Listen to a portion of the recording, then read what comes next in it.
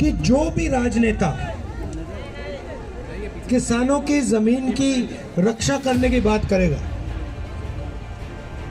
उस पर 24 घंटा मीडिया का आक्रमण शुरू हो जाएगा। तो सामाजिक न्याय का पहला कदम जाति जनगणना, ये पता लगाना कि इस देश में पिछड़े वर्ग के कितने लोग हैं, आदिवासी कितने हैं, दलित कितने हैं, जनरल कास्ट के कितने हैं। ये देश का एक प्रकार से एक्सरे है। एक्सरे होने के बाद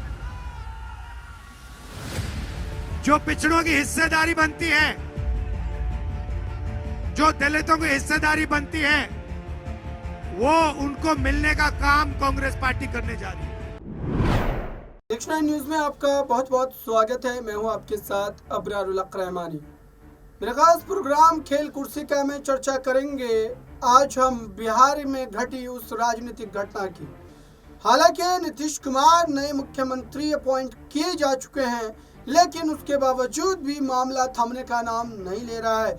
चूँकि इंडिया गठबंधन को अब इस बात का डर सता रहा है, इंडिया गठबंधन को अब ये बात तय करनी पड़ेगी कि आखिरकार अब किस नए साथी को इसमें शामिल किया जाना चाहिए और किस साथी के शामिल होने के बाद बिहार और देश भर की राजनीति में यहाँ पर कहीं ना कहीं बड़ा फायदा मिलता हुआ नजर आएगा दर्शकों। हालांकि अब ये दावे किए जा रहे हैं, सूत्र ये बता रहे हैं कि मायावती को इस पूरे मामले में कहीं ना कहीं प्राथमिकता दी जा सकती है। लालू प्रसाद यादव, तेजस्वी यादव इस पूरे मामले को लेकर के पहल करते हुए नजर आ सकते हैं, लेकिन ये भी कितना संभव है ये आपको हम बता देते हैं। दरअसल मायावती और उनके साथ जो तमाम इस वक्त जनता है, जो वोटर्स हैं, उनको लेकर के कहीं ना कहीं इंडिया गठबंधन चिंतित है। उन्हें ये लग रहा है कि इस वोट बैंक को कहीं ना कहीं अपने साथ जोड़ने की ज़रूरत है। इस वोट बैंक को छोड़ने की ज़रूरत नहीं है, क्योंकि अगर इसको छोड़ दिया गया तो जाहिर सी बात है कि जो सरकार बनाने का एक सपना लिए बैठे हैं इंडिया गठबंधन वाले, वो टूट जाएंगे पूरी तरीके से।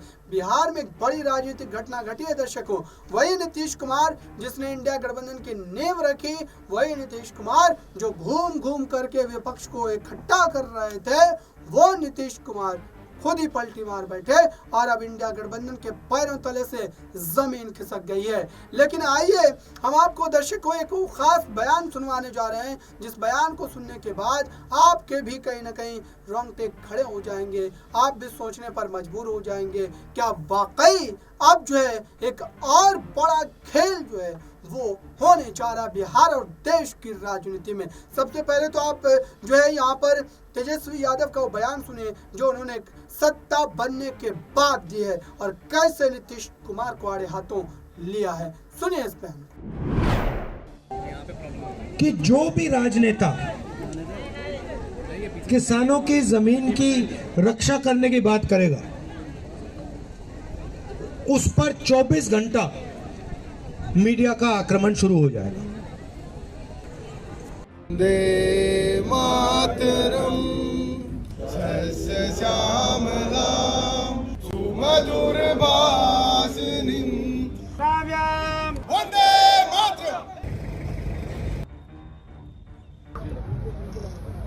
सबको सम्मति दे भगवान सीताराम सीताराम पतित पावन सीताराम रघुपति राघव राजा राम। आपने सुना दर्शकों तेजस्वी यादव का बयान, और तेजस्वी यादव के इस बयान से कई बातें जो है स्पष्ट होती है। वहीं दूसरी तरफ आपको एक बड़ा मामला समझा देते हैं। दरअसल बिहार में इस सरकार के उलटने पलटने को लेकर के लगातार कवायद चल रही थी।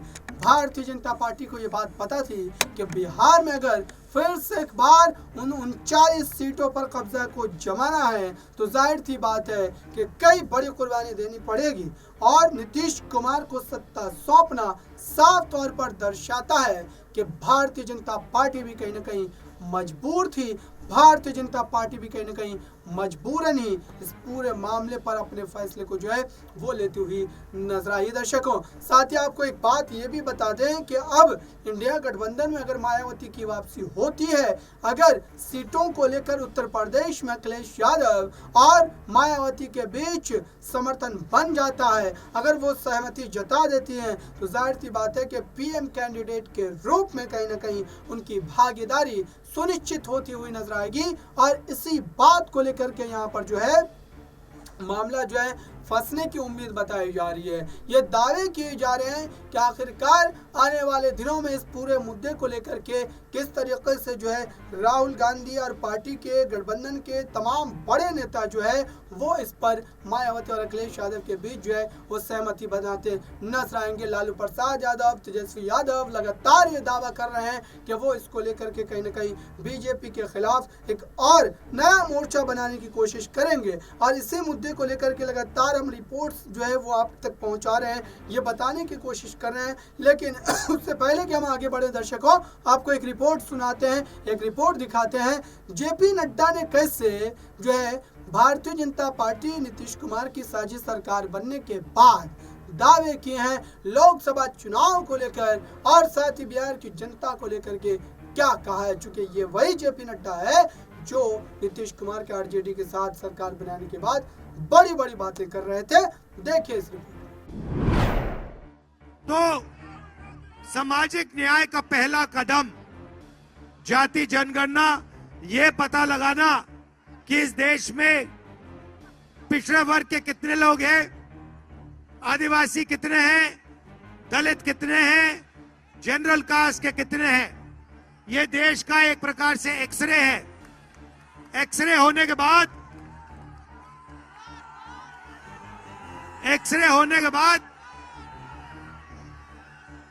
जो पिछड़ों की हिस्सेदारी बनती है, जो दलितों की हिस्सेदारी बनती है, वो उनको मिलने का काम कांग्रेस पार्टी करने जा रही है। आजकल प्राइवेटाइजेशन होता है, नुकसान किसको होता है? ओबीसी वर्ग को होता है सबसे ज्यादा, गरीब लोगों को होता है, पिछड़ों को होता है, दलितों को, आदिवासियों को, गरीब जनरल कास्ट के लोगों को होता है। मोदी जी अदानी जी की सरकार चलाते हैं, पूरा फायदा 2-3 बड़े अरबपतियों को मिलता है। हम चाहते हैं कि जो हाथ से काम करता है, जो छोटी दुकान चलाता है, उसके लिए भी बैंक के दरवाजे खुले, देश उसकी भी मदद करने का काम करे।